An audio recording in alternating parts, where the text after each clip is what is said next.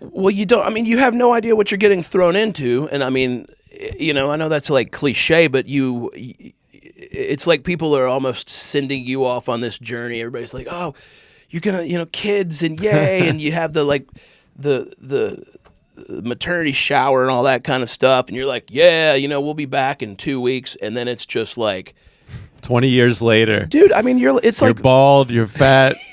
What happened? But it's like, I mean, it's IV bag hooked up to. Yeah, I mean, what I've compared it to, and I've never had this experience firsthand, thank God, but like I compare it to going to war, where those movies, those World War II movies, where they've got the troops in the boat and they're all chilling and smoking cigarettes, and then the front of the boat drops and the bullets are coming in, and like they're just they don't know which way to go, and then it just like. And then you see them, 6 months later, and they're all haggard and they're dirty and they're like tired.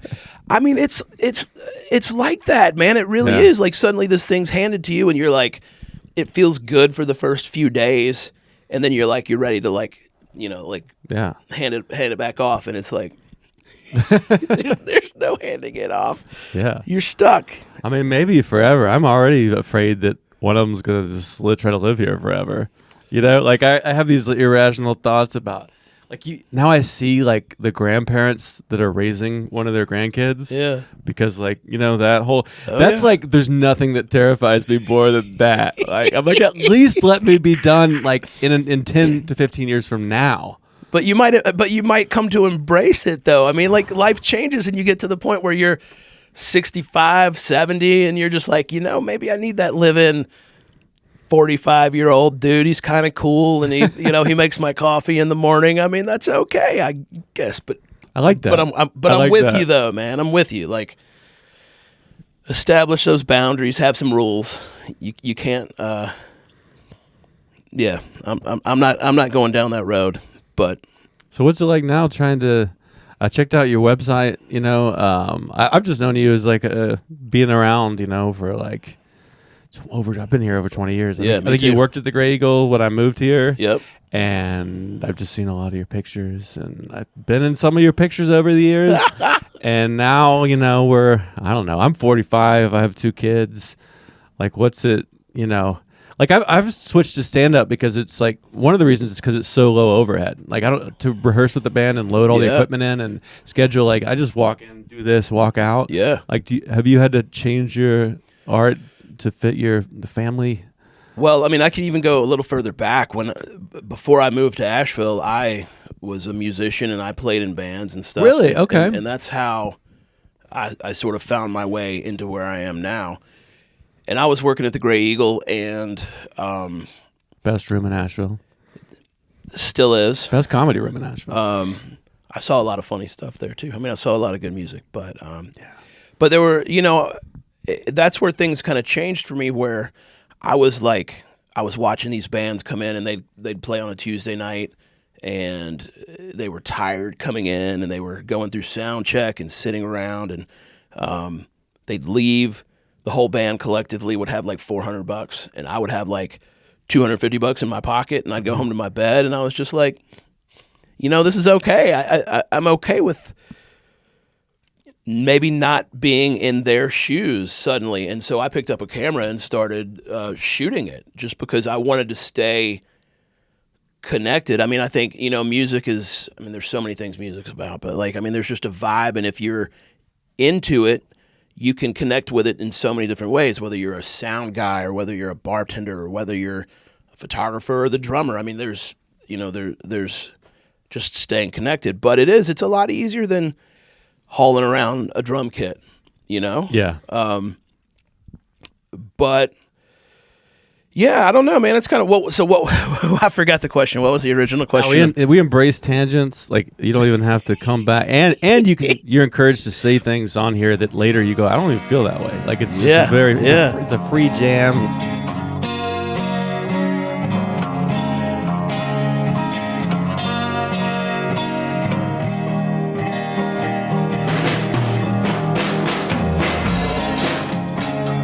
I had watched your Seth Kaufman podcast on YouTube. I watched it, who I've known for, of course, 20 years.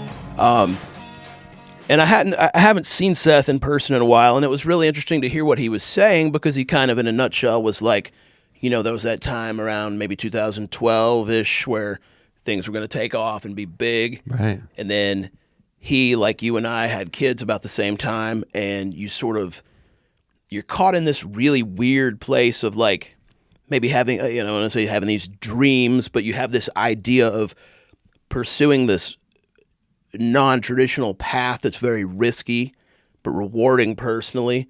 Yeah. And then it the way he described it is it kind of fell apart, and now he's spending time with his family and he's not really pursuing his music.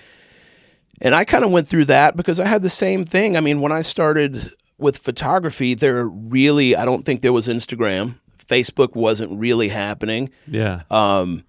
It seemed like there was a very promising road because I had access to these people. It was something that I was passionate about, and there seemed a lot of value to it.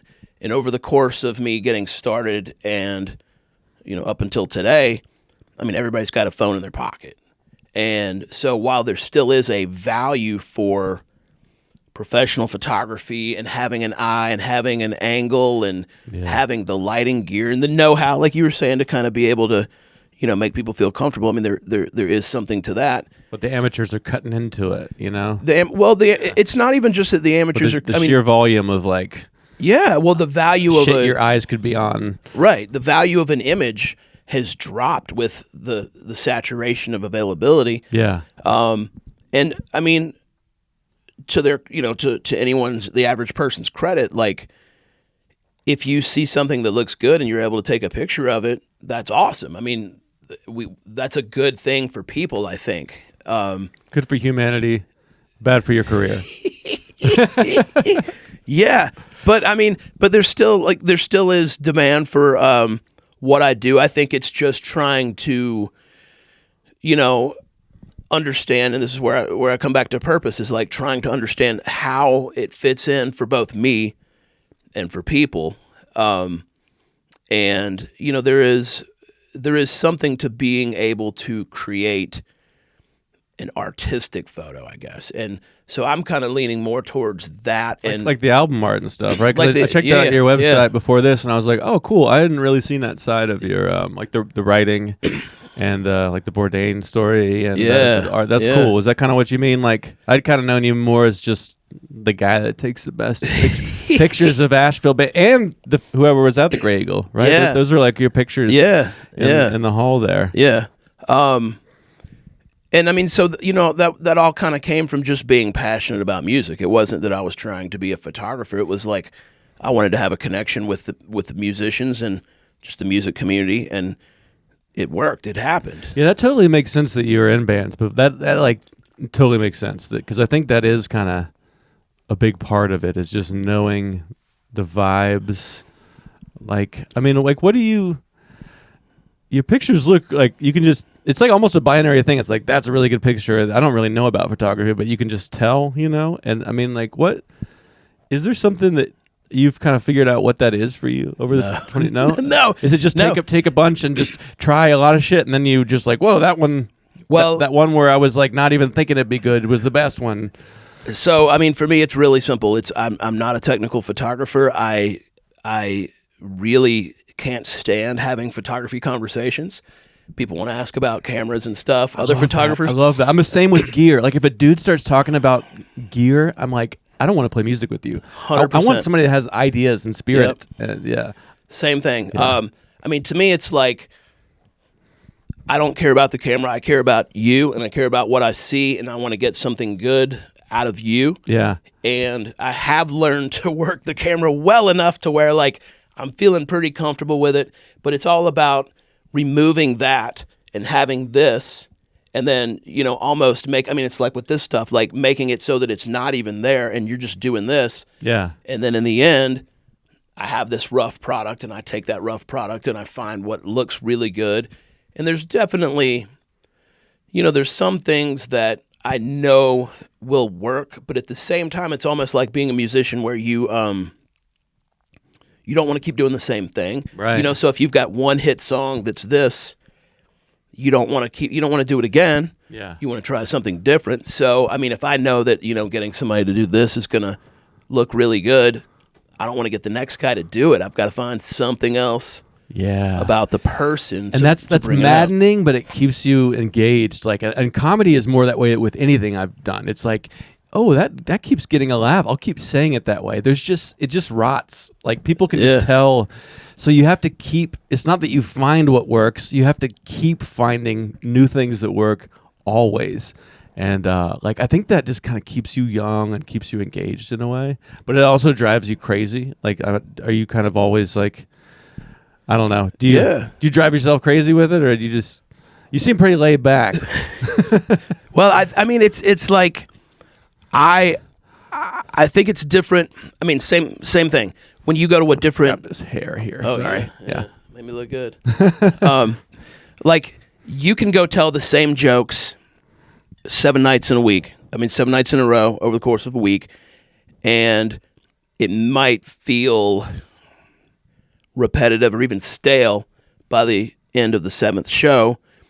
But for those people that are seeing it, it's fresh and new. Right. So I get a lot of that too, where people want, they come to me and I feel like I'm not giving them something awesome and new and fresh, but at the same time, they're happy with it. Yeah. Because to them, it's exactly what they wanted. Right. So it's kind of finding that balance of like, who's it for?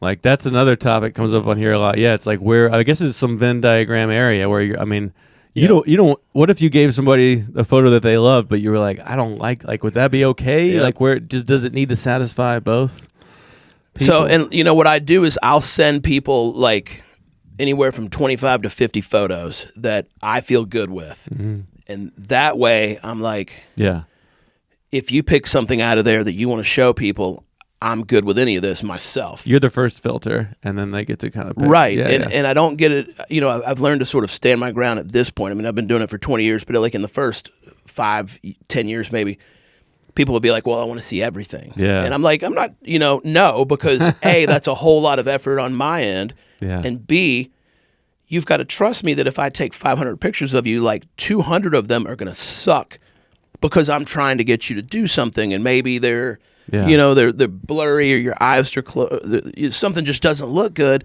and I don't want anybody to see that, and you don't want anybody to see that, and so it's not worth my effort. So, here it is. Here's what I'm going to send you, and this is the amount you're going to get, and these are good, and I can assure you that the best one is in here, and I might think this one is the best, and you might think that this one is the best, but we can agree that these are like the 10 that are the winners. It's my favorite topic on here. It's like, it doesn't matter what medium you're in, but like, I hear you like talking about confidence, like how your confidence evolves with your voice, and then also just the process. Yeah. Because whenever you start something early, you always make a lot of mistakes. And that can be like the hardest time not to quit, because you're getting the shittiest gigs for the least pay. And you have to, but then like asserting yourself, like you're trying to do a job for somebody and honor that, but then you also kind of have to assert your vision. And I think that like that space is just what it's all about. Like when you're on your deathbed, like just learning how to like fit your voice to the market. You can apply those skills to anything you do. Absolutely.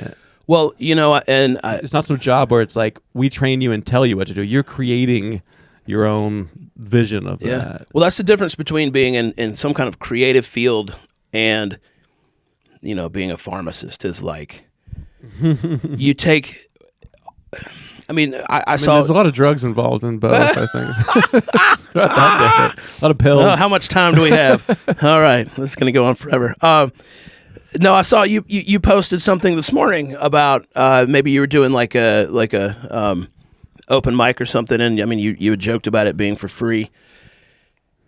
And I think that like people that are in the creative industry, whatever it is, however it works, you have to step back and again, purpose. Like, what are you doing it for?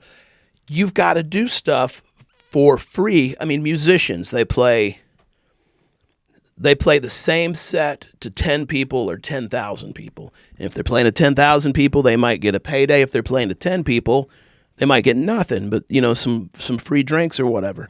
And so you have to decide, why are you doing this? Are you doing it for money? You shouldn't be, because if you're doing it for money, you're in the wrong field.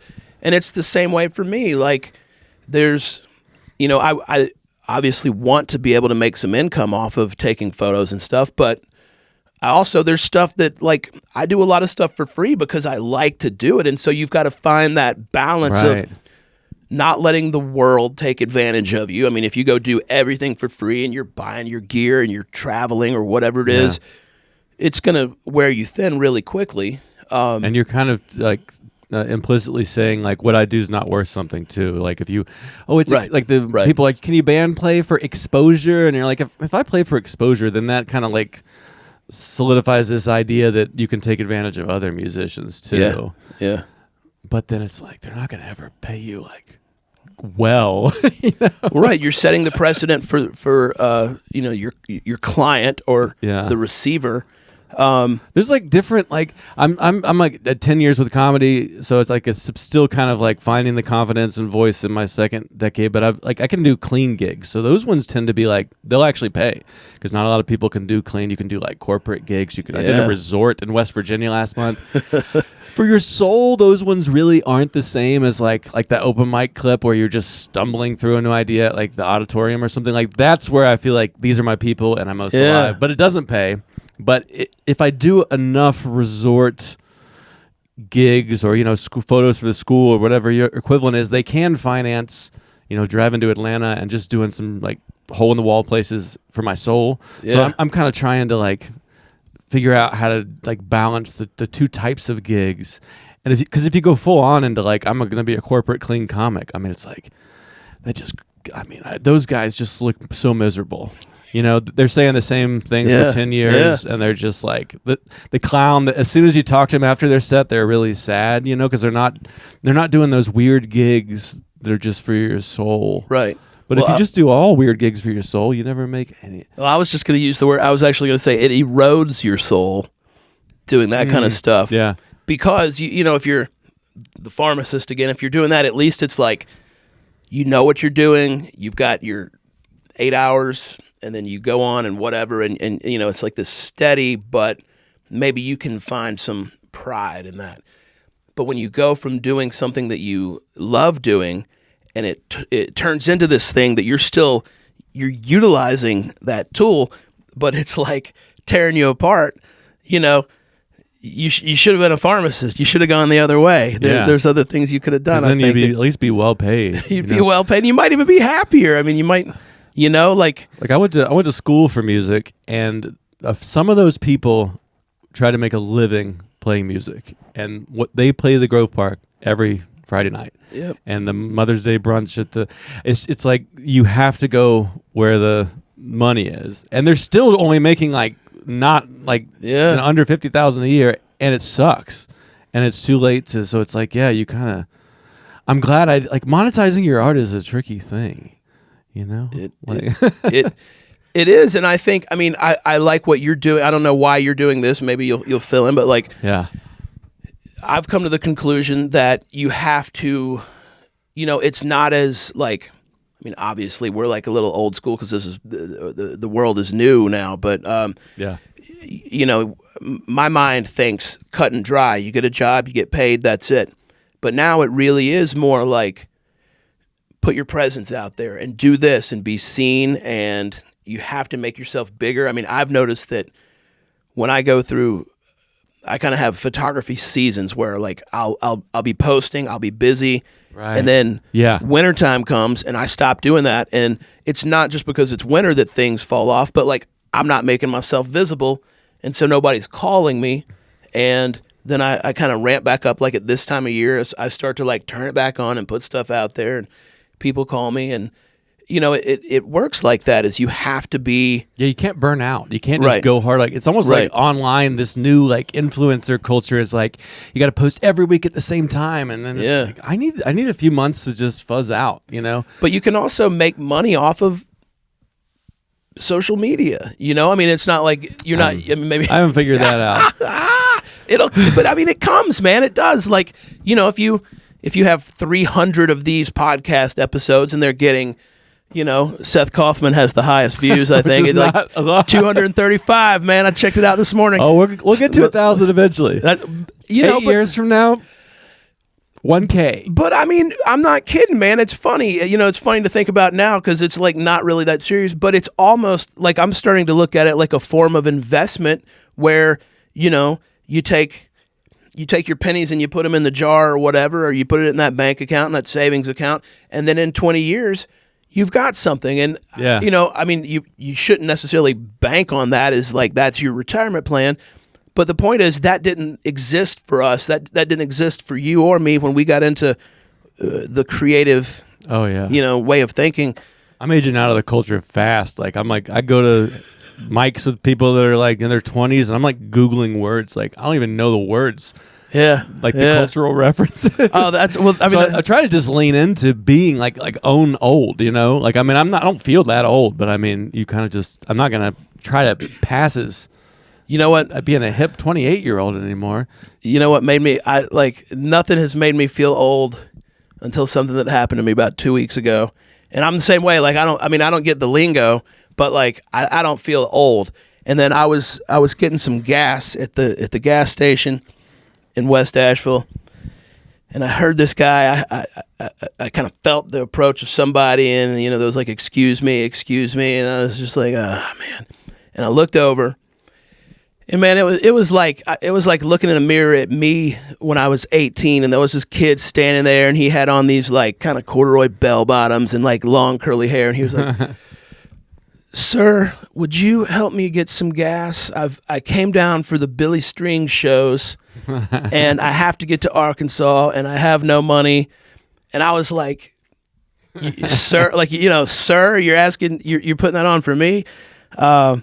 And so I filled up, like he had his gas can, and I was just like, "Oh man," you know. So I filled it up, and he was like, "Thanks," and you know, like he went over and like got super stoned in his RAV4 and got ready to drive back off to Arkansas. And I was like, "Man, that guy, you know, looked at me like the old man that could get it, that could supply him some gas." Like, dude, I'm a starving artist too. Like, I know. You should give me some of that weed or something. No, but I felt good. But at the same time, I was just like, man. At least there was the honesty. It's like I'm just trying to see some music and enjoy my life. So it wasn't some long lie about. With too many details that are obviously made up, you know. Right, but I almost wanted to give him like a speech. I almost was really making me feel old, you know, like, what are you doing with your life? Young man. Why did you drive to Asheville to see 6 Billy String shows? That was a bad choice right there. You should have stayed in Arkansas, gotten a job. You bought the ticket, which was not cheap, and then you don't have enough for gas. Like, you're part planning. Of me is like, fuck that guy, but but no, I think it's. I believe in karma. You know, I mean, that word is not my favorite word, but I believe it's good to. When you have opportunities like that to help somebody out. But yeah, I mean, I like this for me is like, I really learned to build things in a way where like, if this gets 0 views, like I enjoyed this, like this moment, because there's not a lot of like in-person conversations. I feel like I'm worth anymore. like 12 though. Like I'm worth at least 12 views. It'll be more than 12 and 16. They're all kind of, it'll be interesting to see if they like, over time when they are at like 300, if the back ones keep getting views. Yeah. But like, you know, for me, it's like I did that and I was up there trying to like yell and sing with the guitar. And then I got into just talking and I was like, just talking up there naked is actually like kind of more compelling. And but at first it's like you're stiff up there trying to find your voice, and this is all these hours of this. We're holding a microphone, we're exploring ideas off the cuff, so this also feeds into my comedy. So it's like there's kind of a selfish motive too, where it's like I'm getting more comfortable, like navigating unknown conversations, and I think this could be the big thing I do. Like I want to do 1,000 of these. When I'm on my deathbed, it's like I had 1,000 deep conversations with 1,000 different interesting people.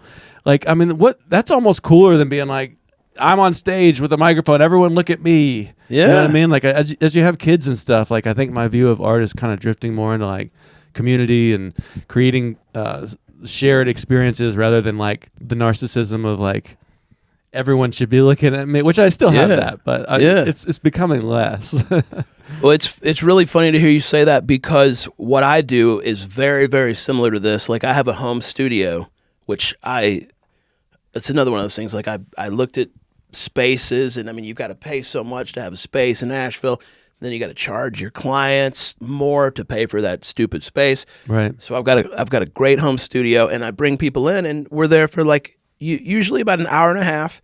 And this is exactly what it is, except for instead of holding a microphone, I'm holding a camera, and all the conversations are always like, I mean, people have amazing stories, and I learned things about people that I had never known about them. I mean, just crazy stuff, about people's histories, and it's just this. Right. I mean, I'm not even recording it. It's just like I'm recording it this way, and that's it. And it's sort of like, man, it's so beautiful because some people that that I might not have found any interest in necessarily, I wouldn't have been attracted to their uniqueness. Right. Not knowing them very well. Suddenly I'm just like, wow. Pretty much everyone's interesting. And I mean, I guess if you're doing photography, they're a little more likely to be interesting. And the same with this, but it's still kind of like, I'm always blown away by like, if you don't like somebody, you probably just need to get to know them. Absolutely. So that's kind of like, so that has the benefit of like, optimism and hope in humanity, which you need when 2025 when you have kids. And they're like, is the planet gonna die next week? You're like, no, it's gonna be fine. Like, oh God. They're like, Evergreen told me all day today that we're all gonna die. I'm like, I thought that was a good thing, this really environmental focus, but now they're just riddled with like they can't even like get out of bed because they're so riddled with. But yeah, for your overseas listeners, the Evergreen is a local. Oh yeah, community charter school. Just to be clear, and they do a great job there. I really like to think that out of those those your 12 or 50 viewers, that there's like some guy in Japan. You've got like one guy over there, and he's like, I fucking love what this guy's doing, and I anticipate the release of his podcast, and that's how it happens. There are a few people that listen to all of them. Like, it started with comedy, so it's like comedy nerds. But I am like, you're the first like photographer. I know you're more than that. But you've sunk that low. Yeah, it's not funny. It's not funny anymore. Who can I find? Let's get a photographer. I couldn't find anybody that does moving pictures, so I guess we'll just. I'm not that advanced yet. I'm working on it, man. I'm working on it. People like the video. No, I think pictures are, it's kind of like audio versus like just a moment is I mean, it's just a moment, I mean, you never just see a picture in real life. There's something about that's just like it's kind of more we're just stuck in time, just and then you just see that one moment, and you could just I'm probably saying the most cliche thing of all time about photography, but just looking at a good photo, it's I mean, it freezes somebody, and it's a different way of interpreting something, because when you're watching a moving picture or video, you have this anticipation of something happening. I mean, you're watching it because it has to lead somewhere, even if it's 5 seconds. I mean, something happens, there's a response, a reaction. But a picture is like, it's capturing somebody's being and somebody's character and somebody's personality, and it really is like freezing it in that moment. And if it's done well, it can be moving. I mean, for me, the most difficult thing is really what's the purpose again? Like, what's the use of it? Like, do you put it on your wall? Do you put it on your album cover? Once it goes onto your phone and it's just a scroll thing, I mean, people go by them so quick. It can be kind of frustrating in that sense. Because your shit's in there with all here's my sandwich that I took on my iPhone. Yeah. And you're just like, why is a photo of that caliber thrown into the same bucket as this cheap? But so that's the thing, but it all becomes equivalent. That your sandwich and some rock star I took a picture of, I mean, it's all the same. And so you've got to, like, what's the point? What's the purpose? What are you doing with it? How can you make it more interesting? How can you make more out of it? I mean, people on Instagram do like carousel, so you get like 4 or 5 pictures, and my brain starts to think that way now, where you want to up close, you want a wide shot, you want something funny, you want something serious, so that you're still getting a picture, maybe even if it's 5, but you're getting a little more than that, and you're getting a little more variety. I mean, I shot a guy, Billy Joe Shaver, who's like an old school, country musician. I mean, he's been passed away for several years, but the see that Norm Macdonald interview with him? Sorry. I did. Yeah. I don't need to, I'm getting off your No. thing. He was like I think he was the first one Norm had. Norm's like maybe. my favorite comedian, and he loves that guy. Yeah, I forgot about that. Yeah, it's like they don't make humans like that anymore, And Billy Joe was wearing the exact same thing in my photo that he was wearing on Norm's show. That's funny. I forgot about that. But what I was going to say was he, like, the one picture that I've kind of used, he looks real, like, if you didn't know him at all, he's like looking kind of angry. And all the other pictures I took of him, he was just like smiling and laughing and the funniest guy. But then he just did like that one scowl. And, that was the one that I kind of used. But so then you show another one. You show another side of somebody to kind of give them more depth. That's funny, man. Yeah, I love Norm. I think Norm is like,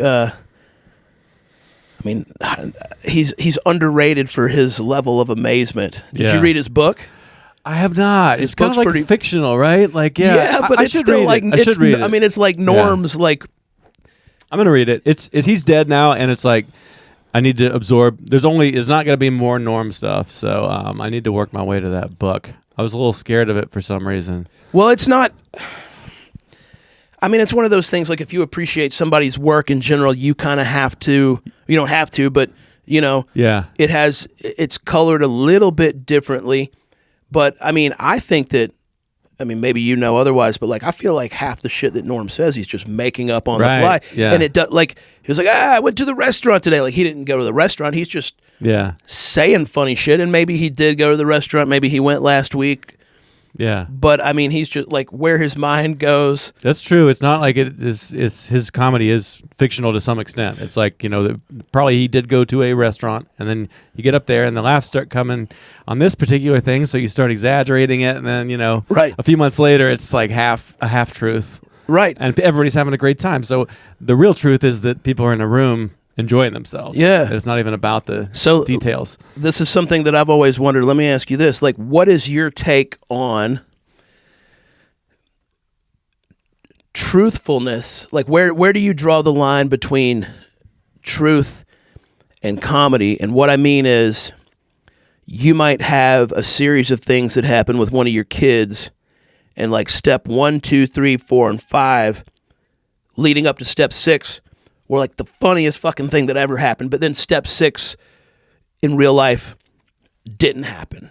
So do you, when you go, like, so you've got this story and you're like, man, I can take this and I can tell this on stage and I will kill with this. And that big punchline is going to be the funniest shit ever. But when somebody comes up to you afterwards and they're like, hey, did that really happen? Do you feel comfortable fictionalizing the punchline from a true story? And then if somebody wants to know the truth, like, do you say, well, this is just comedy? And I got another hair. Do you say this is just comedy? So accept it for what it is. And I kind of lied a little bit. I'm really curious about that. What's your take on that? Oh, I love that question. I mean, I think it tends to be true but exaggerated, but probably when it gets untrue is it's like, I had this situation with my kids that was funny, and then I had this other situation with my kids that was similarly funny, and then this third thing where it was nuts. So you kind of put them together like it's one moment, like so you can present the idea. It's true things that happen, but like you're watching people's faces over the years, you're calibrating to like keeping their attention, and so you gotta keep them engaged. But it's pretty much all true, the things I say. There are those rare comedians that can do false jokes, like, Stephen Wright can get up and just talk about absurd stuff that's not true, but he's such a weird alien that works. So, but I think generally it's like, it's got to be true. But then I'm doing this other thing where I tell my kids a story at night before bed, and it's like stories from my childhood, and the first time I tell it, it's true. And then if they like it, I just say, I'll tell it again and add a bunch of lies to it. And those ones are like, then it just gets like absurd. So I'm kind of trying to figure out how to bring, there's like this clean kid absurdity lies thing, and then there's like my onstage version. So it's kind of like songwriting where it's like, you're always, like what you said, you can't keep doing the thing Yeah. Like what I love is the chase of like what worked for me 5 years ago is not going to work for me now. They can smell it on me that's the old me. Like, yeah. And the old me is eroding, and that the chase of that is like I just love it. That's why I love talking about process on here. That's all I want to do, and I didn't figure out how to make my full-time salary off of it. So I just try to squeeze it into every weeknight and few hours I can. But so I mean, you feel uncomfortable fictionalizing if let's just say your comedy is like fully about your family life, right? You would feel, and maybe uncomfortable is not the right word, maybe it is, but like you... No, it is. I think so. I think there's some chemical, like a lie detector test or what it's supposed to do, like within me, and no judgment on anyone else, but for my process, like the chemicals inside, my vibes like come into alignment when it's real. But then it's like how upset I really got and how dark I was feeling about what I wanted to do. Then like when the audience kind of starts to be like, we want you to be a nutcase, and I'm like, well, this is not how it is at work or at home. So then I'll listen back and I'll be like, oh, I took it pretty far, Yeah.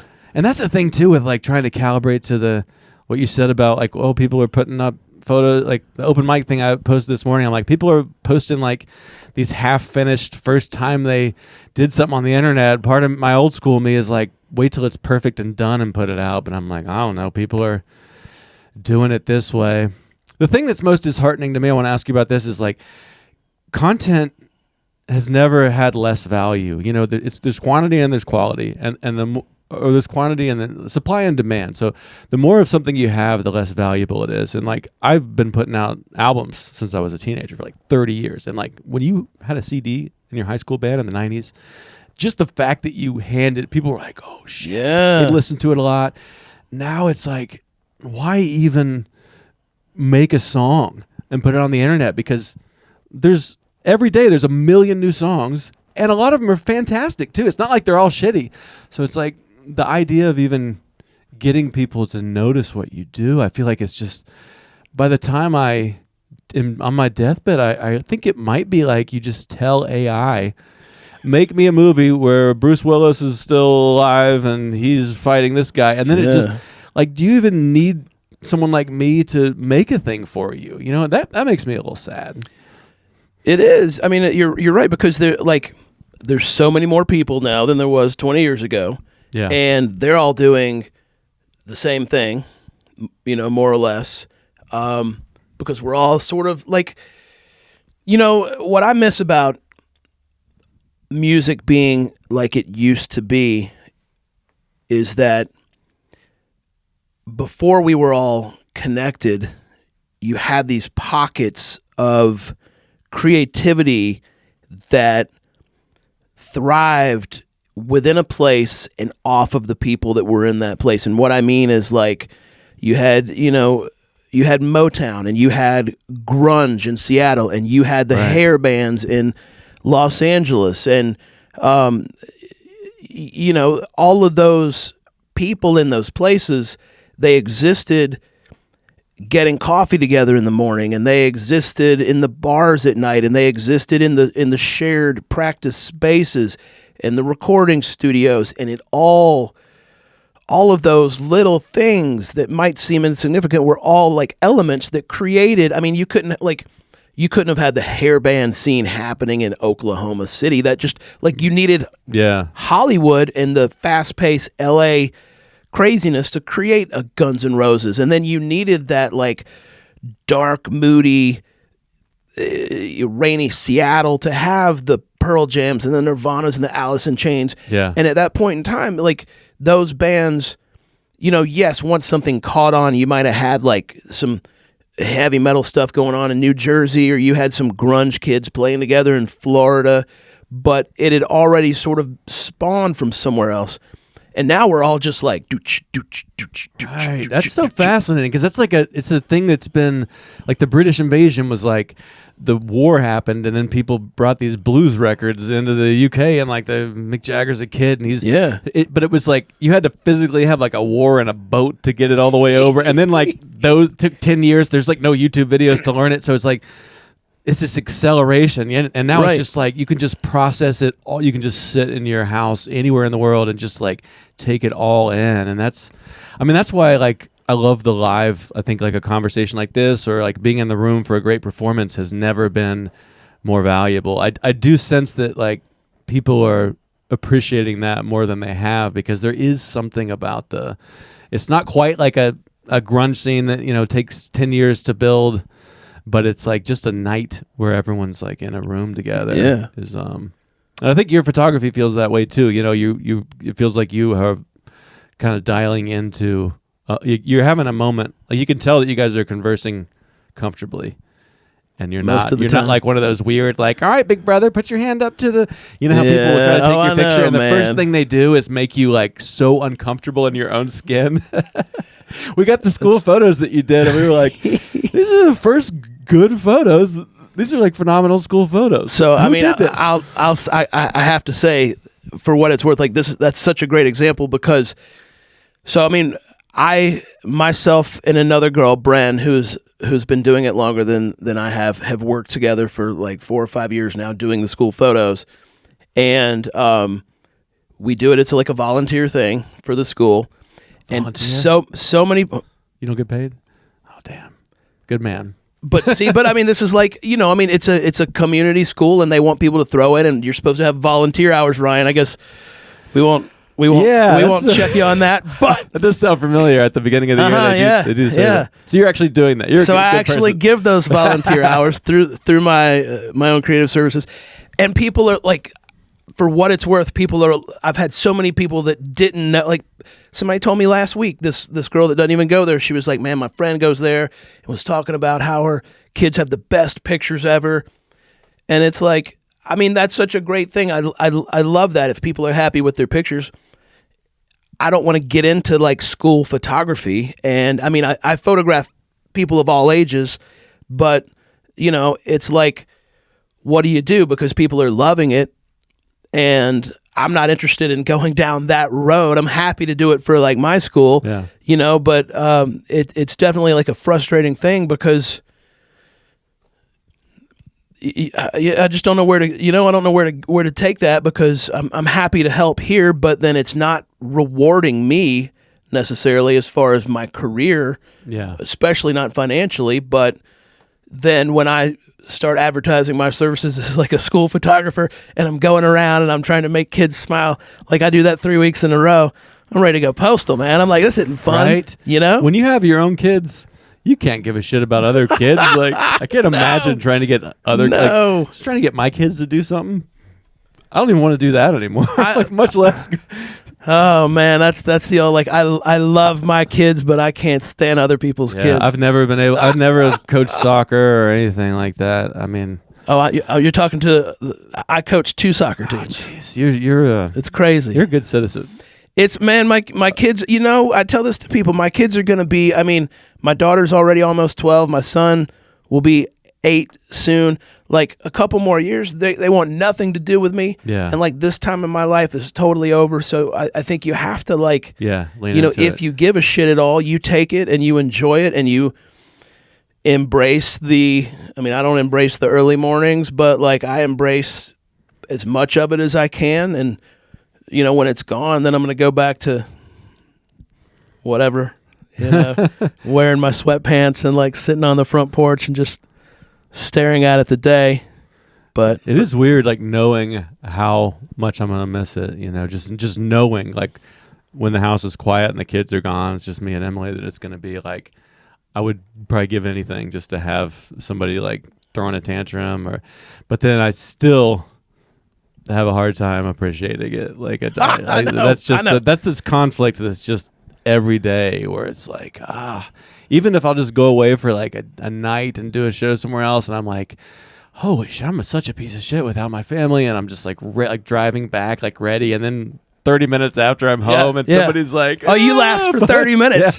Me, I'm like all day. I'm like right now, I'm like, I miss my kids. Yeah. They're in the car. I mean, we haven't even gotten to the interstate yet. And I'm like, good, just shut up. Yeah. Shut up.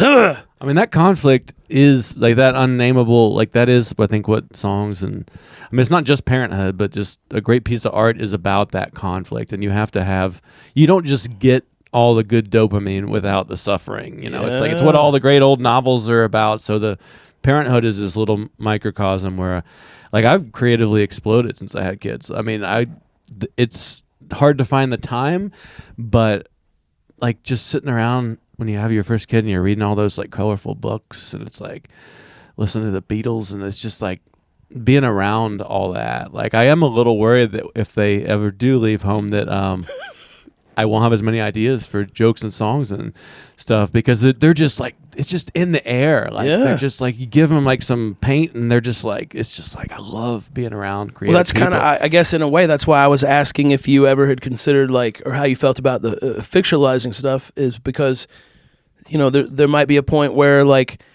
if you were really killing it with your family-oriented comedy and then suddenly your kids leave home, you know, like, do you you know, I mean, like the Simpsons have gone on for like 35 years and they never changed, they never aged, and it's worked for them.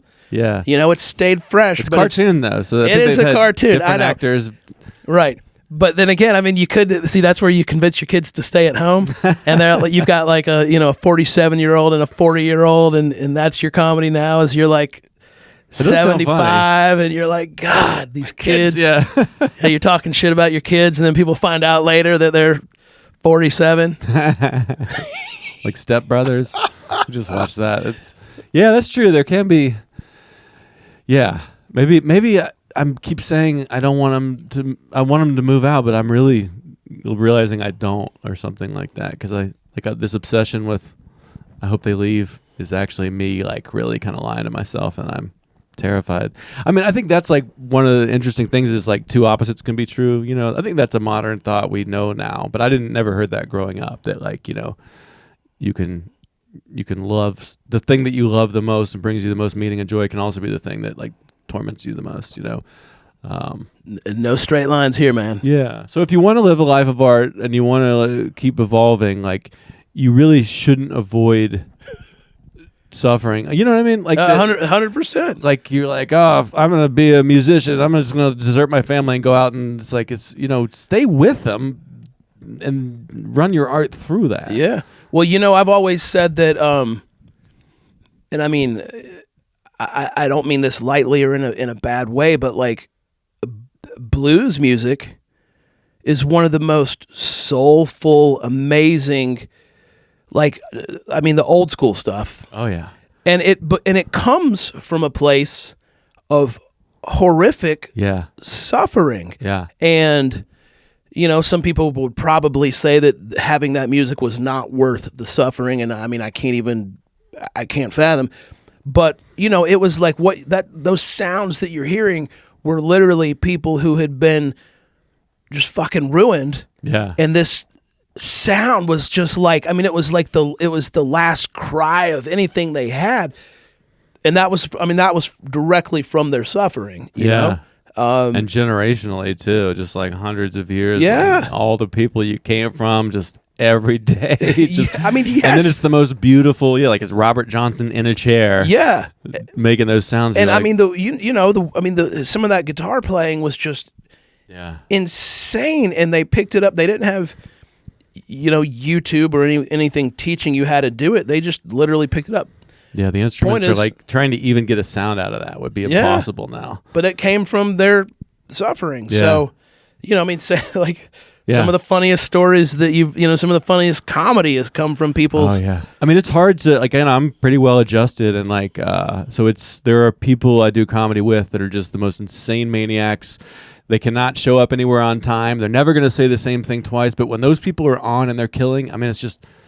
You're just like that. I'll never be able, like a person on just the brink of insanity, ranting about what happened. It's like, that is like the highest form of it. Like Richard Pryor. I mean, he's, his life. Like, I mean, it's like, you're not going to be that funny just because there is something about, the suffering. And I mean, I love the old blues music so much. I feel like, you can hear that music is quantized and digitally fixed, like photoshopped and all that. And, there's just the way people would swing back then there's an unevenness that I don't even think a modern human in 2025 can make those sounds. Like, I agree. Like, it's just the Robert Johnson, I think it's like 29 songs or something, like, just that collection to me is just like, it was just that sweet spot where somebody like got him in a hotel room and had some archaic recorder, and you got a sound of like, there will never be a human that can make those sounds again. And isn't it so depressing that like,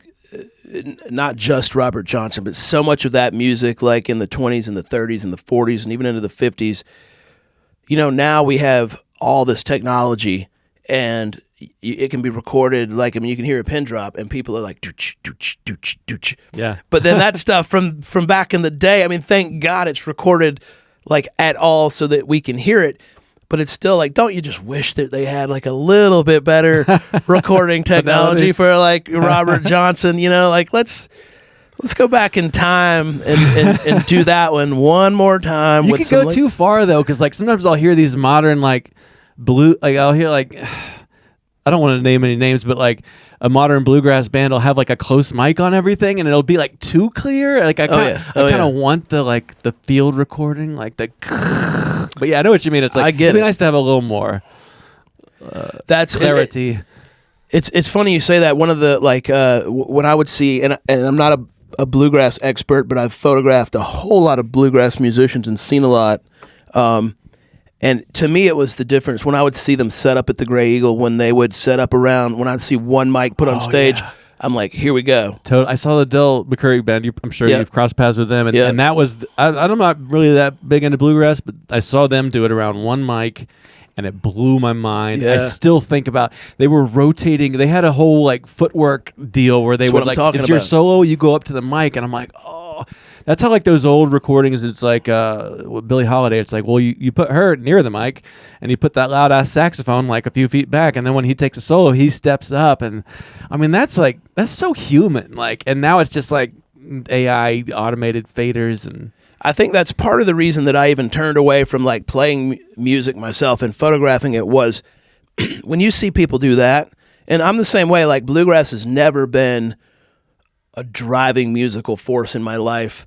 Too many annoying metallic notes. Some of that. Yeah, the fiddle. I got a lot of friends that play the fiddle, so I don't want to go too deep on that. But you have technique, but I hate the way it sounds. I'm sorry. It's just well, but so what I was going to say is like the way that a bluegrass band harmonizes vocally and with their instruments, a good one is like probably some of the best music that I've ever seen because of the way that they can read each other and work that microphone, or even like when they're playing in a room like this and they're not performing for an audience, it's this intricate dance that's just so amazing. And, I've always been a rock and roller guy, but like you give somebody a guitar and you just put a lot of distortion on it, it covers up all the bad notes. Right. And the drummer can just be like doing their thing. You can cover up all of those flaws. And I mean, to their credit, that's what a lot of people want, is that roughness and that ruggedness. But when you see a bluegrass band do that kind of thing, it's pretty impressive. That's a good point. It is really naked. Like the acoustic with a mic, a really like clear mic, is very unforgiving on your tone, and you're not getting like extra sustain from a distortion pedal And they've got to know how to do it. I mean, if the banjo player if he gets up in there too much, or if he's too far back, it doesn't work. Yeah. I mean, this kind of sounds to me like we're talking about doing a photo with a person and, conversing or a comedy. Like, it's like the synergy of people in a room. Like, the culture is really going to like, the majority of what you consume is like created remotely. People have asked me if I would do this remote, and I have no interest in ever doing it. Like, I'll be at a Zoom meeting after this for work. Like it's little timing differences. Like, we're moving the same air. Yeah. And that might sound hippy dippy, but there's no delay. Like it's the way people have been talking shit for thousands of years. Yeah. And you put the latency and the things, it's like, what's the point? Like, I'm not going to jam music with you over the internet. Like, the timing counts. But people, it seems like the culture is really moving away from even knowing what that is. This is where it's just like you're just becoming an old man. You're like, it used to be the way I liked it. Now it's some new way. It's like, oh. And I've struggled with trying to understand exactly what that is. Because like, again, purpose. Does it matter? Like, does it, what's the connection? Like those of us that knew what it meant, there's value, right? But for kids that didn't experience that over here, they don't know what they're missing. And so it's like, I mean, to me, it's an obvious, like, well, do you want your life to be richer and deeper and have more meaning, or do you want your life to just be stale and bland? And if you haven't had a taste of that richness, it's easy to say, well, I'm going to stay this way. Yeah. But I think that, that's the struggle is, I mean, like the old folks being like, back in the old day, like they had something. I mean, you remember what it was like when you went to somebody's house to find them if they were. Yeah.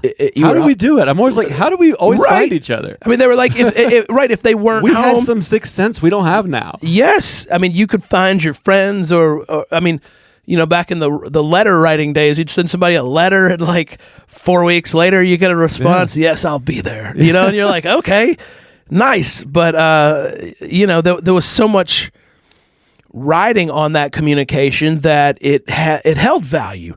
And now it's like you're texting somebody and you're just texting and whatever, and you're texting somebody. And you can sit there and text 25 people meaningless shit back and forth, and they write back, or maybe they don't write back, and it's just lost. It's like I feel like that's all my life is now, is routing messages and trying not to forget about. And then just so I can have like an hour or two like this, or dinner with my family or a comedy. I have these pockets where I build it all around like a real experience, and then I'll just go back into. Like even now, I could feel like messages coming through that I'll have to queue up and respond to. Like we've made it easier, but hard. I mean, I don't know. It's just I feel like this is good. I'm just saying what we all know. So do you find that yeah, of course. I mean, of course, this is not new. No, it's not. We're not stumbling upon anything here. That's have you guys ever thought about? Well, do you get people that express their frustration if you don't text back right away? You got those people in your life? I don't know, but I can say like I try not to respond right away because I think you train people to expect that. Yeah. And I work on a team and on Slack I do like web development, and like one person of the team always responds like as soon as somebody asks for something from us, you can see they're typing, and I want to be like, you're training them to like when I ask somebody for something and then they get back like later, that tells me they're a pro. Yeah. And that their time is valuable, and I can't just expect. So I try to be that way. I try to push back on it.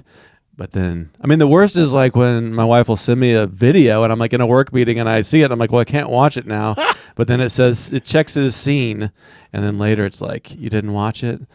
And I'm like, that's just those little micro aggressions, Yeah, exactly. They add up. That's like, what I'm talking about. No one of them destroys you. I'm pretty bad because I have what I call a funnel approach, meaning the closer I get to the funnel, the faster my communication is with you. Like if I got this going on, like if you'd have texted me last night about something, I would have gotten right back with you this morning, right back. But like 3 weeks ago, if you'd have been like, hey, are you still good for doing this? I'm more worried about the funnel that's happening like that day or that 24-hour window. So it's not that I get your message and I'm like, fuck it, I'll get back to him in 3 days from now. It's like, like you're saying, you've got all these things that are going on in your life and you just kind of have to stack them to where it's important. And so, you respond to the message that it's pertinent for that afternoon.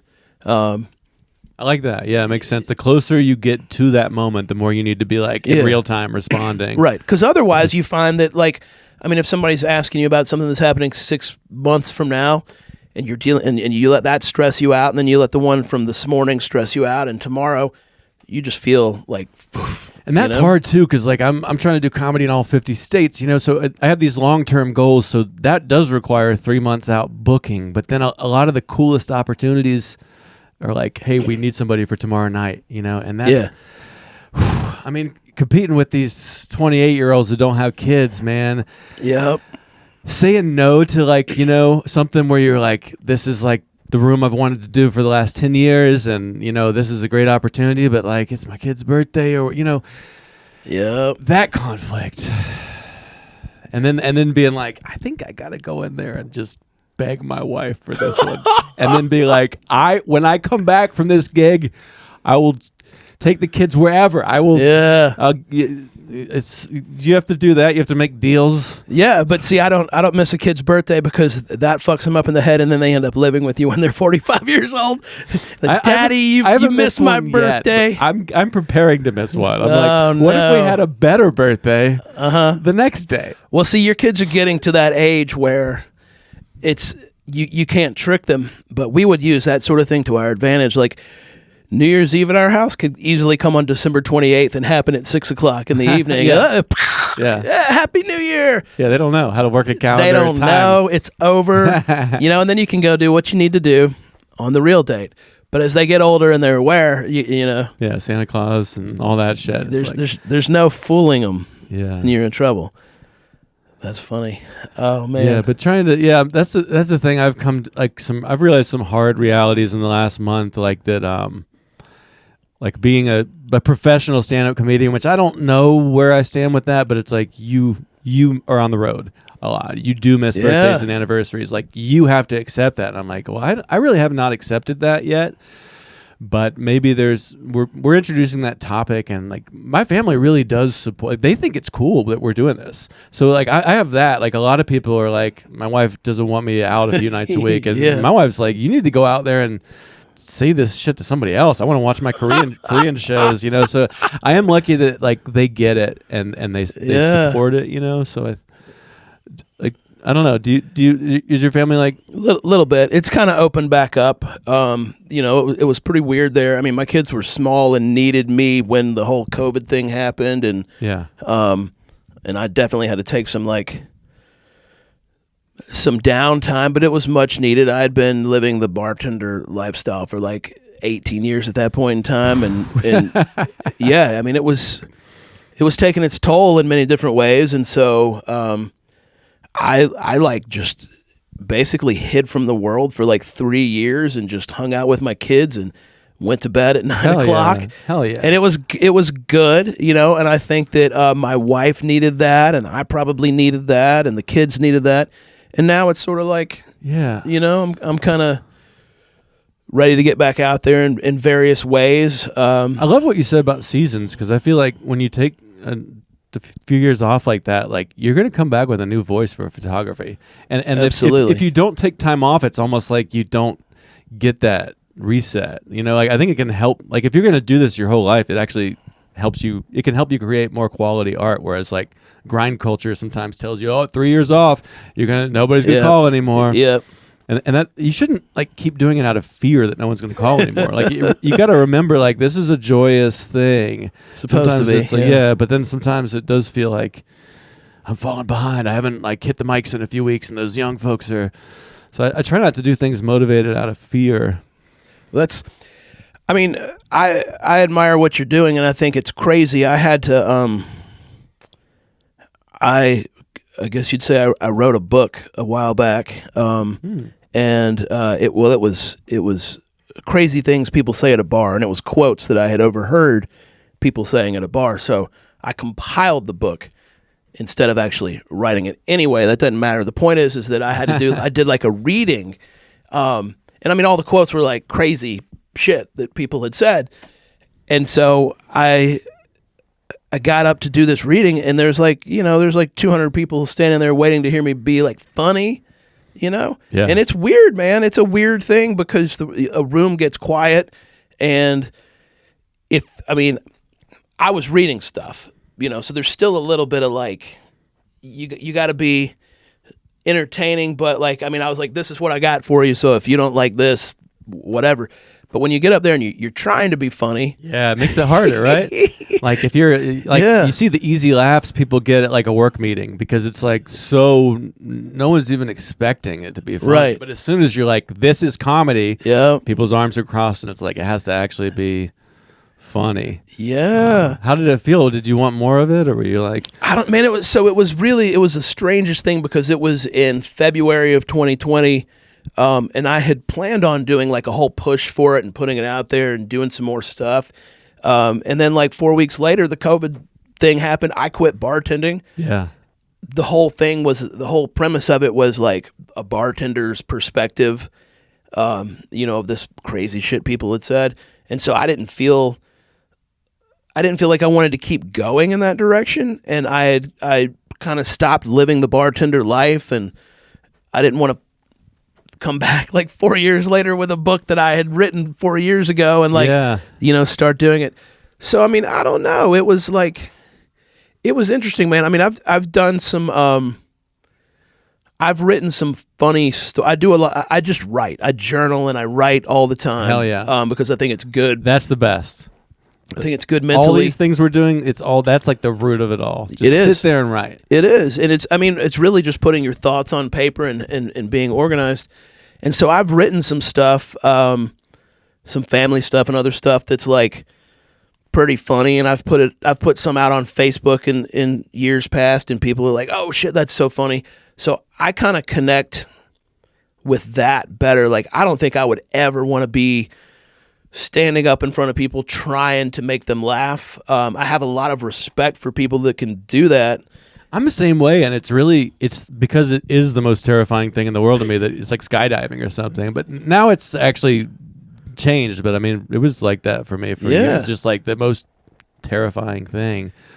Well, there's various personalities too, and I think there's some people that like a Sam Kinison kind of guy seems like the sort of person that could have gotten up on stage without any preparation. Yeah. And just been like, whether he bombs or whether he kills it, he's good with that. And then there's other people that like, if maybe you're a little more introverted or you're just not the life of the party, but you still got funny ideas.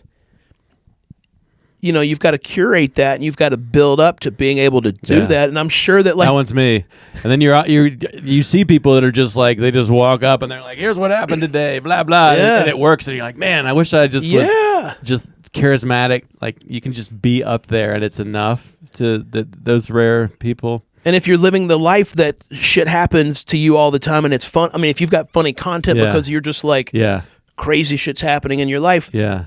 That helps too. It but does. If you're like, if you're more of a intellectual thinker, you can create some amazing comedy, but trying to deliver, it's like, that's crazy. Yeah. Yeah. It's the chase of it is, I just love it so much, That's cool. But it's interesting about COVID because I mean, I think that's cool the way that you did like the bartender thing for like 18 years, and then you put out the book, and then it just happened. You did the one thing, and then it was like, this is done. Now you're at home. Like, you can't like force that's what I've learned too, is like, if you're in a band and the band is clearly peaked and I'm still like, no, and then it's looking back, you're like, you do have to kind of respond to the universe or whatever you want to call it too. And like at COVID, since I wasn't going out to comedy, I started waking up at 4:30 or 5 in the morning and just writing. And I don't think I've ever been as happy. I would go to sleep like 8 or 9, and then but then it's like everything started up again. So I'm back out, and there are times where I'm like, I should just be waking up at 5 in the morning and just writing, and just going to sleep at 8 and just being at home. Like, it's. Well, they say that that's the best time to write, is like the first hour or two that you wake up, you should just go straight to it. Yeah. Don't look at your phone. Yeah. The artist way, like that kind of. Yeah, the artist way. That's exactly. That's so true. I mean, somebody said like, if you're trying to make a big decision, you should listen to how you feel about it when you first get up. Like, before you start loading in all those fucking text messages you got to respond to. Like, you're slipping out of dreamland. There's something very honest about. Yeah. Well, your day hasn't been clouded by all these other thoughts, or somebody pisses you off, somebody cuts you off in traffic, and now you're just like, and that clouds your day. So there's something magical about it. And if you can wake up early and you don't have to do anything, I mean, especially when you have kids, like any quiet moment where you're not being intruded by somebody trying to show you a piece of string or something, you know. Oh, that's amazing. This string's so interesting. Can I get back to my... It was 10 years ago, but now I'm like, you and your string can fuck off. I've been looking at this string for 10 years. No one gives a shit. It's a string. It's a fucking string. Well, you know, it's like last night, my daughter, I was in my room folding some clothes, and my daughter was in her room, and she was like, Daddy, come look at this. And I was like, I'm busy. You know, for so many years, I'm like, okay, what is it? What are you going to show me? And she's like, I'm lying in bed. And I'm like, look at you lying in bed. That's awesome. You know, and now I'm just like, I don't have fucking time to come into the other room and look at you lying in bed. Dude, I've been a dad for over 13 years, like 14 if you count pregnancy. And it's like, I'm not that guy. Like it's been a lot of piggyback rides. It's been a lot of meltdowns. Like like the screens thing is the big one. Like we've really kept him off screens. Oh, that's great. But now I'm just like, I don't know if I can do that anymore. I think it's reaching the point where, like, if I'm irritated enough, like, I'm gonna mess you up more than whatever's on the internet. You know what I mean? So it's like maybe, I don't know, man. There's some weird shit out there. Every day for 13 years. It's like, what are you guys doing? What are you doing with yourself? What you mean? What are the kids doing? What are the kids doing? And I mean, you know. Well, I mean, like, we try to just write it, you know, like we let them do tablets in the morning when they get up so we can sleep on the weekends. But then, like, this weekend, they were outside playing with other kids. So it's like, yes, I can just sit here and read my book. But then you just try to follow. It's like following the universe on your art. You know, this band is done. I can't shoehorn my will into things anymore. So you have the idea that, like, outside with people, conversations, experiences is the A+. You know, being on whatever your screen is, which I think it's not, like, they don't watch, like, you know, they don't have YouTube on there, but it's like that's a F- dad is the whole day. And then it's like, what's my energy level? Maybe a kid up from the neighborhood knocks on the door. You got to follow the things, but you're always trying to get the best score. Like every day, I'm trying to have them experience things their own way. But then at some point, it's like you got to decide. You're a person. You know? That's what I'm saying. You are a person in the world, and like I'm doing my best, but I'm getting more tired. Yeah, I'm trying to squeeze in some of my art. I'm gonna die soon. Like, I mean, can't you see death coming? It speeds up. Like I can see. Like I'm starting to like hurt in new ways. I know. Like I had a back thing that like I stuck this acoustic paneling on the ceiling, and I didn't realize that doing that would make me like not be able to. So then I'm going to comedy shows trying to pass for young, and I'm like, ugh, like making old man noises. Like I don't have a lot of time left. That's where it gets fucked up. Is when you're like you can't hang, not because of just like some sort of age difference, so you look a little bit older, but you've got like physical ailments that are like fucking you up. You know, and they're like, "What happened? Did you do like some extremes?" I'm like, I just tried to I tried to hang a picture, and painting the ceiling, I know, and something pulled. I don't know what it is. And young people are like, "That fucked you up." You're like, yeah. I'm that dude. Try to explain. Yeah. 50 is not the new 20. Yeah. That's what they say. Well, I mean, but you know, like I think that like my kids require my attention. So if they're not, and we've done I will say that we've done a really good job of keeping them off of screens up until very recently. And this last Christmas, I got my son a Nintendo Switch so he could play Mario Kart. Oh, hell yeah. And we hadn't played video games up until that point, and all the other kids in the neighborhood are playing video games, and my kid wants to go play with him. I'm like, no, and he's been cool. So we got him Mario Kart. Now he's preoccupied, and he watches a lot of Mr. Beast. Your kids don't do Mr. Beast? No, it's not one of the ones I know. All right, you don't know Mr. Beast? Never heard of it. He's the #1 YouTuber in the world. Oh, really? And he's from North Carolina. I think we're scared of YouTube because it's like it feels like it could lead to other things. It does. It's like I learned to make crack on there the other day, and it didn't come out right, but it was all right. It was pretty cool. No, I think you're probably joking. I am joking. I didn't spend those 18 years as a bartender, so. Yeah, I already knew how to make crack long before. No, I'm kidding. I didn't do that. I'm just there's some weird shit on YouTube. But I guess I just mean that's really good because like my kids, if they're not entertained by either another kid or something like that, they're expecting me to provide some sort of like. And what is that shit? To look at the string. Did your parents ever like? It was like it's Saturday, get out. And I did watch a ton of TV, like way too much. So there is that. But but TV is kind of like one directional. The TV's not got some algorithm that's recording you and showing you. So it felt less creepy. Right. But yeah, I mean that's like I'm starting to like struggle with resentment. I'm like, my parents never were like, we have planned a fun weekend for you. It's like, are you kidding me? I agree. Figure it out, you know? I don't remember needing my parents to entertain me, and I seem to have been just happy as a lark without like any of that stuff. I mean, I got into playing guitar when I was like 11. Yeah. And that consumed me, you know, for the next 10 or 15 years. Oh, hell yeah. Do you still play? Not really. Okay. I mean, I have guitars at home, and I'll still like knuckle around. But like I've had people that are like, "Hey, we should jam," and I'm like, "No, no, we shouldn't jam." You know. I mean, it sounds like you have a lot of creative things going on too, so it might be a bandwidth. Well, I think that I mean, when I was a little kid, I was big into art, so I like drew and painted and that stuff. And then I shifted into playing guitar. Yeah.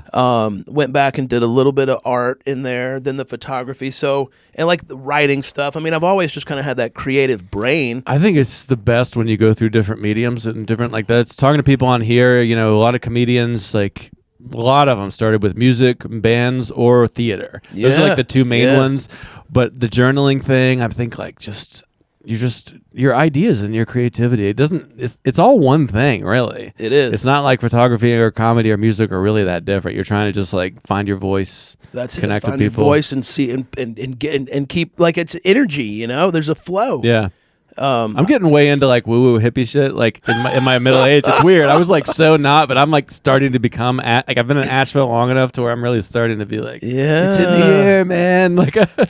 It is. It was. I mean, it was here. You know, you've been here a long time, and it was more here then. Than it is now. But it's still here, and there's still the little pockets of it, and you know that hippie Appalachian lifestyle kind of, it's infectious if you let it. If you let it get into you, you know. Yeah. I like I'm a little raspy right now because. I was burning some stuff yesterday. Are you a burner? Like CDs? No, like shit in your yard, man. You start a fire, you know, like Appalachian. We're talking about smoking? Like, no, are we back on crack? No more crack. You were serious about crack. No, I wasn't serious about the crack. But you know, we have a fire pit. I mean, well, that's kind of what I mean. Yeah. And then you know, you see like you're like, I got a bunch of leaves I don't need. So I'm gonna burn leaves, and like I'm a big gardener, and I use untreated wood. So that it can't, you know, all those bad stuff is not leaching into my tomato plants and whatnot. So they have to be replaced frequently. So you take those boards out of your garden and you throw that onto the fire. And then there's like a chair that you don't want. And so you throw the chair onto the fire. Christmas trees burn really good. Yeah. 6-month-old Christmas trees burn really good. Toys, bicycles, all that kind of shit. You know, it's what we do in Appalachia. You just put a I'm with you now. Like when I was a teenager, we used to just go in the woods and we'd just like, you know, take old McDonald's toys and spray them with Raid. Yeah, that's like arson. Yeah, that's what we did. And I can't believe we never like burned down the whole forest. But yeah, I haven't really embraced like pyro. Well, it's not pyro. It's just, you know, it's like the Appalachian culture of like you have a burn barrel and then you know, just burn some shit. Burn stuff. It's kind of like it's kind of a cathartic release. Yeah, I can see that. You know. Yeah.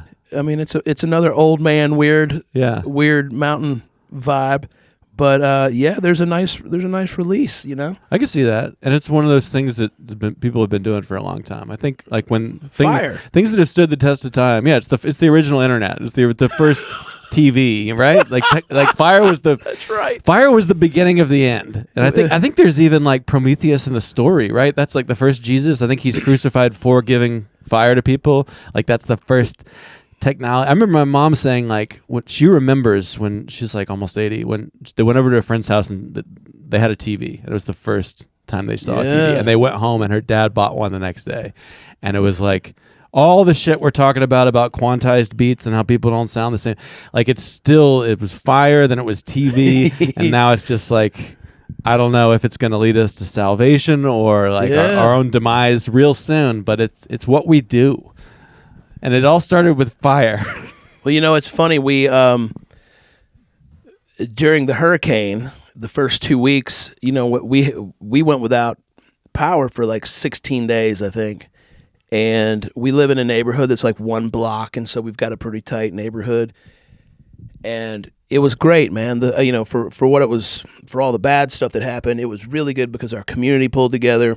But we would sit around in people's driveways every night, and somebody would have a fire in their fire pit, and we'd sit around the fire, and we'd just nobody's phones worked. Yeah. Nobody's electricity worked. So like beautiful stars up in the sky. Yeah. The weather was great. Everybody was just hanging out together, and somebody would have a fire every night, and we weren't really burning shit in the fire per se, but we were just like hanging around. And then one night we were in my driveway. We were a bunch of neighbors were around, and we were like, it was 7:30. It was just getting dark. We were grilling some stuff, and everybody's having a good time. And suddenly, poof, the lights come back on.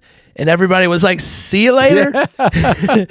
And like scattered, man. Everybody just went in all different directions. And like we haven't seen those people since then, That's funny. If you ever do another comedy, you should say that.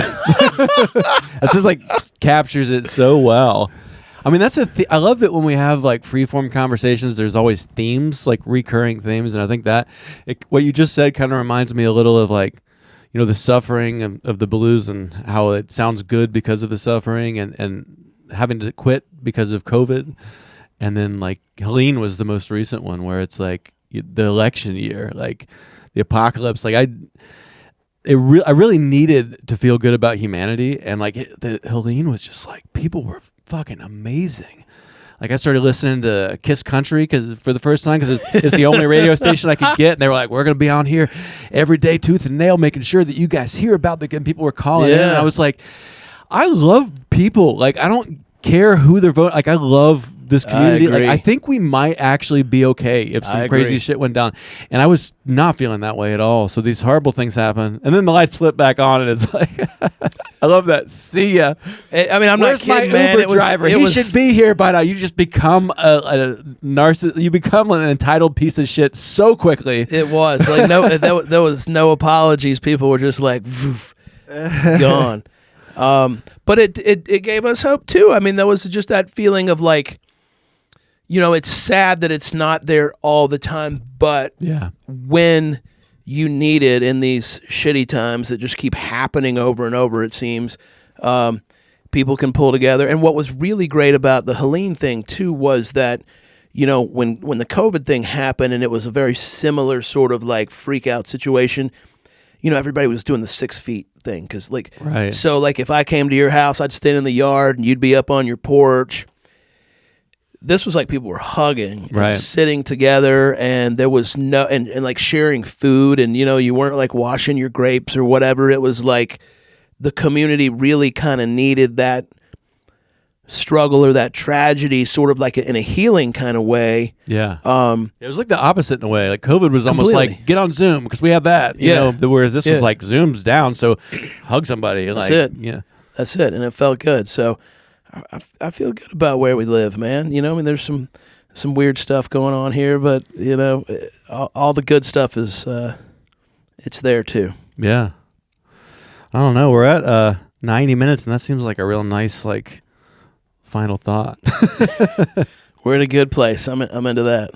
Cool. Yeah. Well, Sandlin. Well, thank you for having me, man. This is awesome. Yeah, I'd love to have you back on sometime. I would. So I don't know if you want to put this. I'll say it here, but I'll invite you to come over and have some photos if you'd like to. Yeah. Because if you wanted to, I don't know when you're trying to get this out, but I'm like literally starting this week. I'm just like boom, boom, boom, boom, boom, doing photos almost every day. Okay. So if you feel like making a drive to West Asheville, and you want to do some photos, I'll do some photos for you. Maybe we can even coordinate a release on the same day, so podcast and photos and. Yeah. Well, I was thinking this would probably be up in the next day or two. In the next day or two. I usually just if that's all right with you. I usually I like to man. just I usually do listen to it once Okay. before I put it yeah. up, but Okay. I mean, I've this is episode 87, so I have like a intuition like this is all great and it's just an excellent episode. Good. But I would take you up on that. But yes, still, but absolutely. I have this weird like ADD. Like I want to. If like I did the next one on Friday and then I put yours out after, like that would bother me in some weird.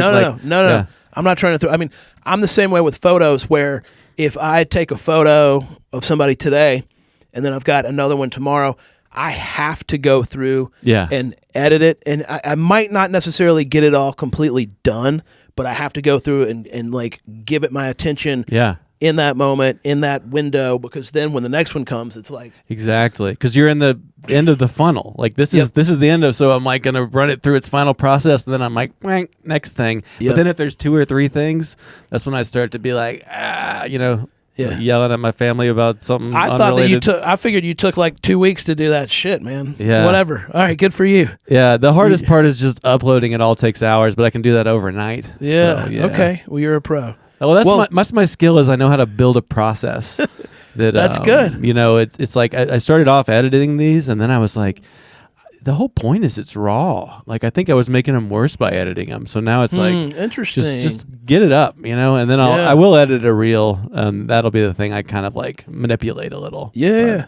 But, okay. Yeah.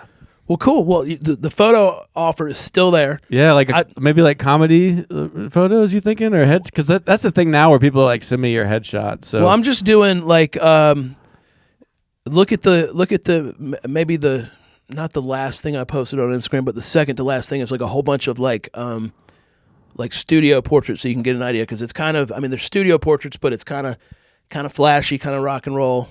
Yeah. I mean, everything you do is amazing. I was looking at your stuff today. I saw like maybe the best picture I've seen of Jay Mascis. Like it's one of my favorites. You made him look. Well, he didn't. I mean, he looks like a child. He looks like old and young, which I think is, you know what I mean? He's got that like, it's like a little boy peering out from like his just beautiful old gray head. Well, you know what's funny? I'll tell you something funny about that photo is that he's a weird dude. I don't know if you've had any interaction with him. Never, but I did just see him at the Grey Eagle a few months ago, but I've never spoken to him. So he, I asked him if I could do the photo, and he's like, I've had a few people that just don't like, there's nothing. They're just, and it's not that there's nothing there, but they're just like deadpan. And then something happened over here. Something made a sound, and he goes, yes. And he did it so, and in the minute that he looked, like his eyes shifted, and in the minute that his eyes shifted, I was like, boom, boom, boom, and then he came back at me as if he had, like, I had caught him off guard, and he didn't want that, and I'm kind of exaggerating, but that was the feel of the moment. He was just like, like you could see that, like he gave himself away for whatever reason. He gave himself away, and you were able to, like, that's kind of the unnameable skill we explore on here. Is you're tuned into the moment enough to know that that's your opportunity. Yeah. And I don't know how. I mean, everything, like in a situation like that, I have somebody else stand in, and I get it set up so that when the person comes in, I mean, it's like this: you walk in, and it's like, let's go. Yeah, we're ready.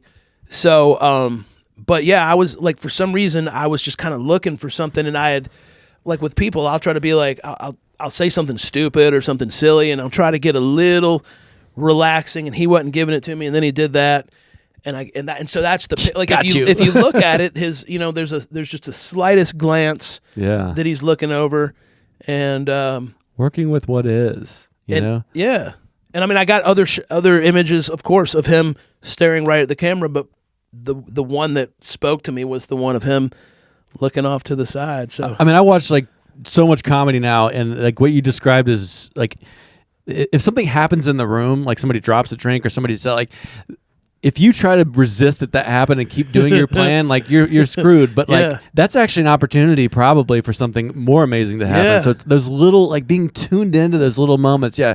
Like you didn't also look over there and be like, oh, I guess we'll wait for a second until this is over. That was the moment. I love that. That's my favorite thing. I'm only thinking of this because it happened in the exact same place and kind of relates to the story. But I shot Ron Jeremy too in the same place, and he was standing there and just being kind of weird and everything. And the minute that I stopped taking his photo, somebody came over and dumped a drink on his head, like a full vodka cranberry. What was just like, boom. And I avoided getting that because it just like that seemed like if I was just like you know, there's also that balance of like, right. But this this girl's boyfriend, you know, what I mean, Ron Jeremy has a unusual reputation for his history and being the way that he is, and I guess he's in prison now. But anyway, sounds like somebody would be some good pictures of it. Well, I mean, but you know what? Okay, so do you know what he was doing there? He was doing comedy. Ron Jeremy was doing comedy. Wow. And it was like, you know, so here's the rest of the story. So that happens, and literally we were out on the patio at the Grey Eagle, and right when that happens, some like whoever was with him or whoever was putting on the show was like, Ron, you're on. And he had the fucking straw, the red straw from the drink was still in his hair, and I reached over and I pulled the straw out of his hair, and he's like, it's cool. And so he walks straight and gets up on stage and is like covered in vodka and cranberry juice and starts doing Ron Jeremy comedy. And I mean, it's not fair to say it wasn't funny because I feel like that's judgmental of people. But, you know? It sounds like something's happening, though. That this is a person who's very much like in the... Like, I don't know, there can be that, you know, when you learn how to use a computer and schedule things and be a functioning adult, you can almost just lose just the mayhem and the moment. And I think that's the challenge, is like to be a functioning adult person that's reasonably healthy, but still be able to like go out with the drink all over you and just take the risk, like see what happens. Well, it didn't go any better than that. And I hope that never happens to you. Yeah. I hope you never upset anybody to the point of where they feel the need to do that to you. Oh, it wasn't like a friendly, it was like an angry. It wasn't just like the end of the Coach Gatorade thing where so he was, I mean, a loving. No. So now we're getting deep into it, but he came in and he was like fucked up on like, it just seemed like, I don't know what it seemed like he was on, but he was like out of his mind, not in like a obnoxious way, but like he'd walk this way, then he'd walk that way, and he'd look lost and like just really strange behaviors. But you know, he's a legendary ex-porn star, and so his way with women was literally just like kind of groping on them and like throughout the night, you know. And now that here's the strange thing is like women were coming to him and they were like sitting on his lap. So he'd be like, well, hey, baby. The whole thing was weird as fuck. I mean, it was weird, the weird scene. But so apparently this one, if I remember it correctly, like some girl had come over to say hello, get his autograph or whatever, say something to him, and he maybe grabbed her butt or came on a little too strong, as he had been doing, and that didn't sit well with her or her boyfriend. Yeah. Rightly so. Yeah. And so the boyfriend, you know, I guess a little bit later on, while we had gone out to do the photos, he kind of, I don't even want to say that he waited for the photo thing to get done. He didn't really. He just came over and he dumped the drink on him, and then he ran out the back gate. Intentionally, knew what he was doing. He dumped and ran. He wasn't trying to stick around for some kind of... He did not stick around for the set. No, he didn't. Or the potential fight. Fight. And, I mean, but the weirdest part about it was just Ron Jeremy just being like almost as if this happens to me daily, and went up on stage with I took the straw out, but I mean... And then just bombed. I mean, that is kind of beautiful in a way, too, that it's like, I mean... Watching, I'm at this point now where, I'd rather see one of my favorite comedians struggle with an extremely hard room than just, go out and just, do layups, you know? That's kind of more fascinating. I mean, this maybe it doesn't fall in that category, but it's just watching mayhem in real life is, so you can't look away. Well, I think it helped. I mean, in that situation, yes. If you're a fan of somebody... I definitely feel like, you know, that's the kind of thing where, I'm a big fan of Mitch Hedberg. He was one of my favorite comedians. Yeah. And I loved seeing him in an awkward situation because he would just be like, well, this isn't going, fuck, this is weird as fuck. Yeah. And he'd like literally like convey how weird he felt in his own weird way, which only made it more funny, the way that he was, like his delivery and everything. Yeah. And I think that, not that that's what makes a good comedian from that separates the boys from the men or whatever, but you see somebody feel awkward, like I'm sure you've seen it a million more times than I have, where a heckler says something and just like kills somebody's confidence, and suddenly it's gotten to them, and they're just like, and the whole room, they smell it. Like if you just one moment of fear, the audience is like, nope, nothing else. So there's always that potential, but again, if you can go with it, if you can even be like, you got me good or whatever, then people are like, oh, I like this guy, Yeah. But yeah, for sure. I saw Seinfeld one time at Caesar's Palace in Atlantic City, and I don't even remember what happened, but there was somebody, and man, he was just so quick and just burned the dude, and it was the funniest thing that happened all night was just how because that was just for you. It wasn't like that, right? And we knew that at the time that that was like he was. I think Jerry was even like, well, here we go, sir, and it was like that was the best thing to see because it was so unique and in the moment, and his act was good, but just those moments are like fucking beautiful. Yeah. All right. Well, anyway, we can kill it. There's an extra weird story for you. Thank you so much for coming on. Thank you, man. Sandlin, big fan. It's my pleasure, man. Thank you. All right.